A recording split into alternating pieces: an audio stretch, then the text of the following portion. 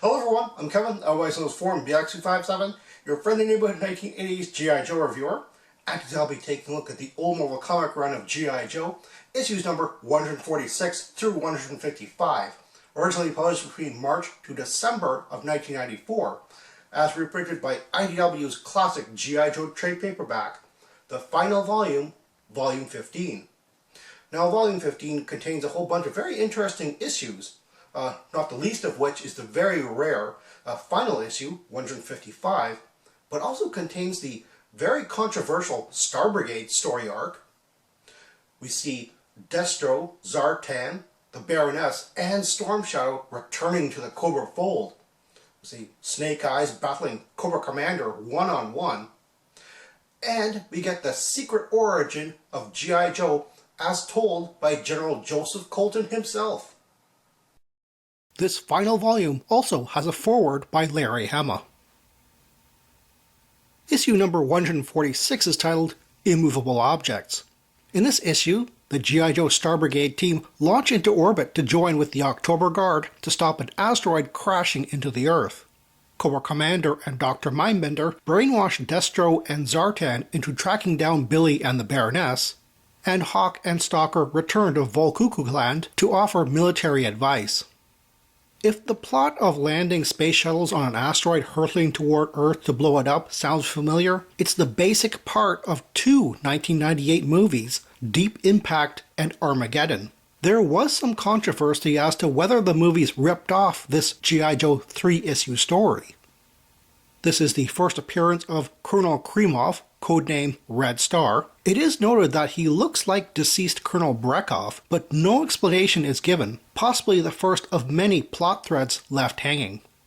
This is the first appearance of the G.I. Joe Armor Bot. Darklon is killed by Destro.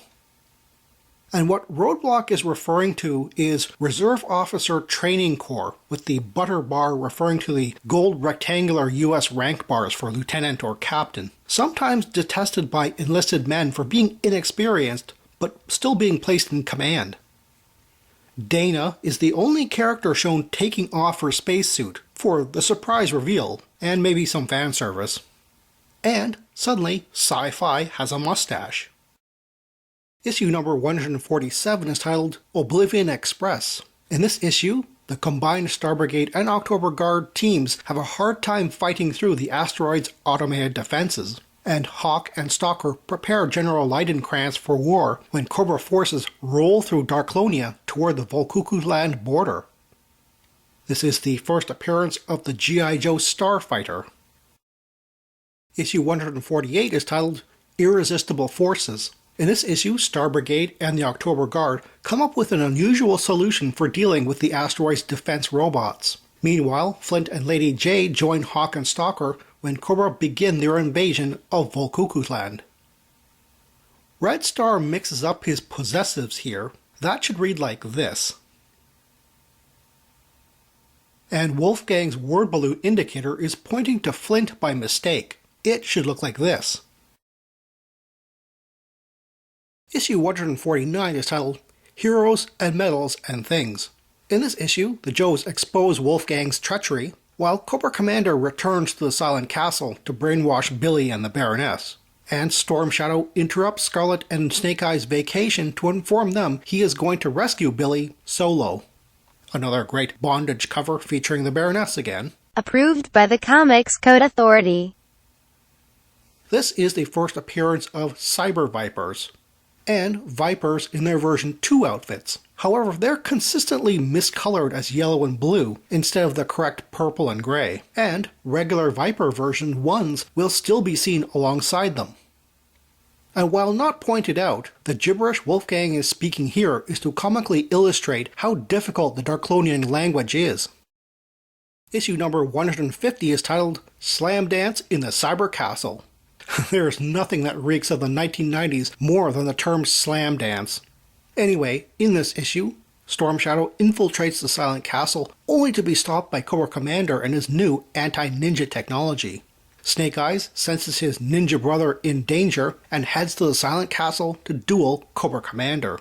This is a longer than normal comic, though much of the length was originally padded by an art gallery drawn by top artists of the day, which is not included with this reprint. This is the first appearance of Dr. Mindbender in his version 2 outfit. There is no reason for Scarlet not to go with Snake Eyes to rescue Storm Shadow. I'll assume this was another plot thread left hanging. This Viper makes a Nazi joke.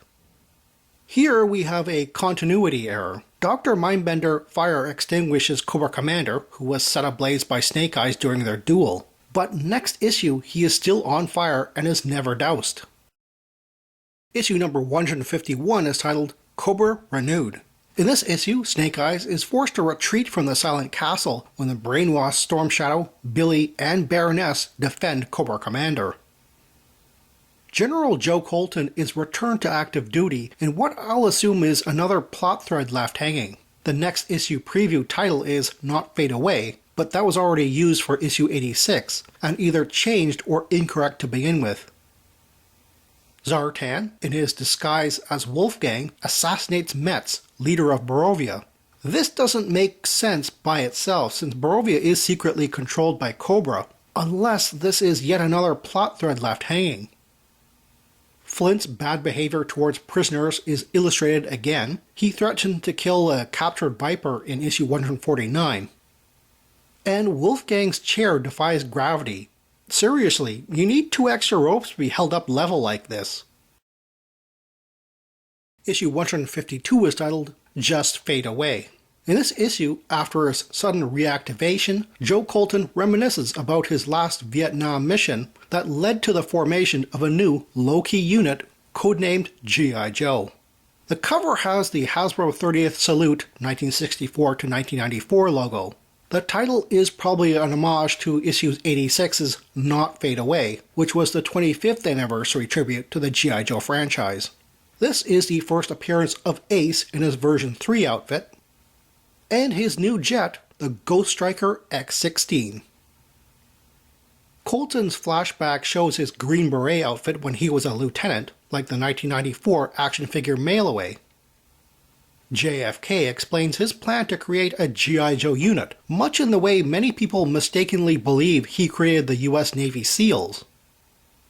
And there's an art error. The PT-109 boat model in the Oval Office looks nothing like a World War II patrol torpedo boat. Even given artistic license, this image should have at least had the distinctive torpedoes mounted on the rails. Issue 153 is titled Shadow of the Bat. In this ripoff of the Terminator, in this issue, a Cobra engineer tests out a new brainwave homing battle android, and its target is Scarlet. Will she be able to fight the robot without help, or even weapons? This issue is written by Peter Quinones, with plotting by Eric Fine. I'm not sure if the title is referring in any way to the 1992 Batman comic. This is the first appearance of Cobra engineer Dr. Knox. Despite only appearing in this issue, she has quite a fan following. This is the first appearance of G.I. Joe Razorblade helicopters. And this is an interesting note. Scarlet wants to take a vacation and describes the vacation she and Snake Eyes were actually on in the beginning of issue number 145. Perhaps this non-Hama issue was written or scripted for earlier publication. Knox's comment about future repercussions is also a possible plot thread left hanging.